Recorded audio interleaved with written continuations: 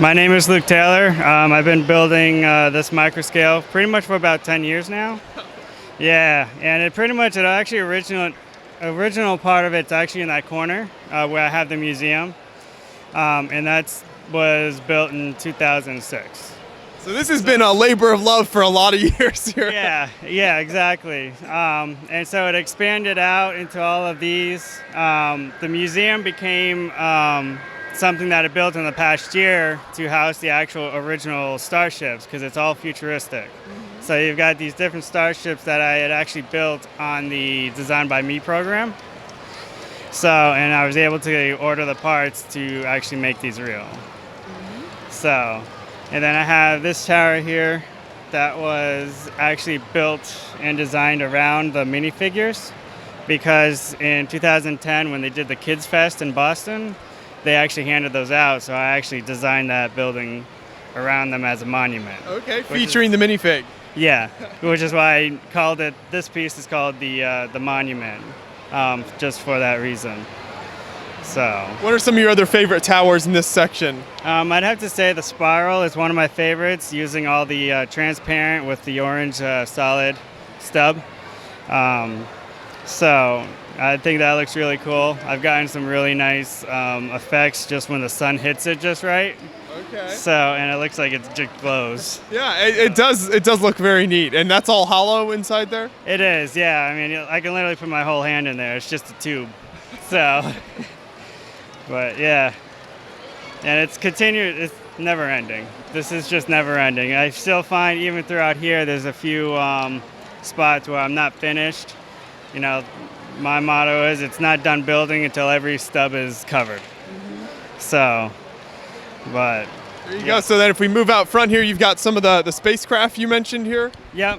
And basically what it is, it's like, so this was one of the first designs that I came up with, which then I went over to the blue one, came up with like that design, and then the white one up on the platform, which sits over the city. So, and then the latest design was the gray one, the dark gray, where it's even more complex and fancier. So, and then I even made the sign just because I was bored. I was like, it's cool colors. So, but yeah. And then over here we've got some smaller buildings, not just the giant skyscrapers in this section. Yep, and I actually call this piece the coffee table, and the reason I do that is because this is legit my coffee table. Okay. So, to the point where I made a phone holder and a place for your cup, a coaster, and I built it pretty much surrounding those. So, and I even have fun once in a while, and I'll play with the skeletons and all that. So, and I've been doing this one. I've built in the past 6 months is what I've been working on. So, but still filling in some real estate in there. But yeah, I like how it's a very versatile platform. You can do, like you said, incorporate it into your coffee table if you need to. Exactly. Still utilize it to be useful while still decorative. So, but. Then if we move around to the other side here, so you mentioned this right here is the museum piece you built? Yep. So this is the museum. I built this, and so inside, if you look, you'll see the original starships that went with the original city. So, and I had to figure out, I was like, I want to kind of display them because, you know, it's the original. And then I came up with the concept of the museum. So, and I built the whole interior framework out of 1x2 plates. So. That's crazy. And you got all the trans clear here as well. Yep. And the funny part is my cat literally will sit and walk on this thing. And it holds her just fine. So I still amaze myself in my own engineering.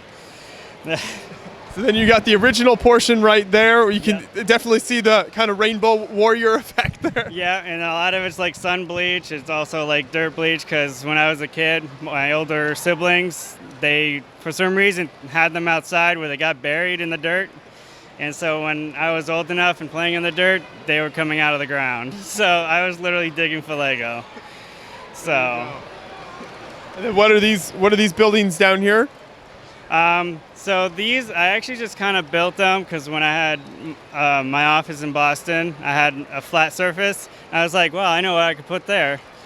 So within 3 weekends worth, I literally came up with this whole section. So, and I even did it so that when I was at the office, right in there, I can literally just slide my phone in and just have music play or something. But it would hide the phone at the same time. So, and I even did the grid, the highway that runs right through it. And the highway actually continues through the center underneath the museum. So there you go. That works well. So as you're working on these buildings, are there real life inspirations for these, or you just kind of sit down and work with the pieces you have?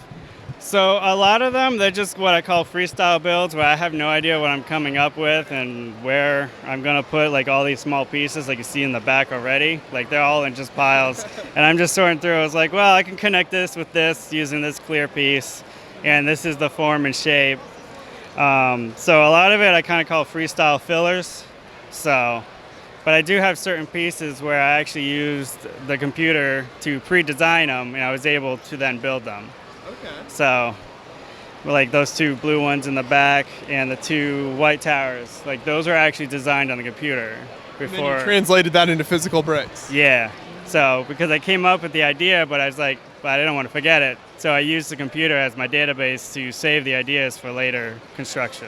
Sure. So how did you decide to build at kind of this scale, sort of micro scale like this versus the other scales that you see people displaying at the show? Well, I've always had the liking for the skylines and like the futuristic, huge skyscrapers, city in the background. But the problem I run into is I don't have a lot of space. So it's like, how can I do this, but not in a minifig scale, and still get that effect that I want in the far distance? And so one day when I was just playing with these, I came up with this scale, and I realized it's like, that actually looks like a pretty realistic city. So I just kind of left them at that. And from there, I went on the computer and used actual solid color bricks like these. And then after that, that's when I even discovered and learned using the plates, and then just inserting between them the transparents, which gave it a even more realistic window, and even a possibility to one day light them from the inside. So there you go. So that kind of segues into another question I had.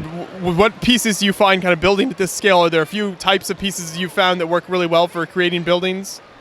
Yeah, pretty much. Like even like the big pieces, like the larger the skyscraper, a lot of times the plates are larger. And they're just a simple square piece that if you do it just right and connect them, you start getting different definitions with them. You know, like this tower here, it's actually just 2 plates right there, and then they're just connected by the transparents. But it formed a miniature skyscraper. So it's very simple, and some of it, like I even did like a 3-tone over here. And a lot of those I got from the Lego store. So a lot of these were built using bricks that I can get my hands on easily through the Lego store. Sure. So, well, I appreciate you continuing to add to this over the years, and it's a really great display. Thanks for bringing it to the show here, and thanks for chatting with me. yeah, definitely. It was great chatting with you.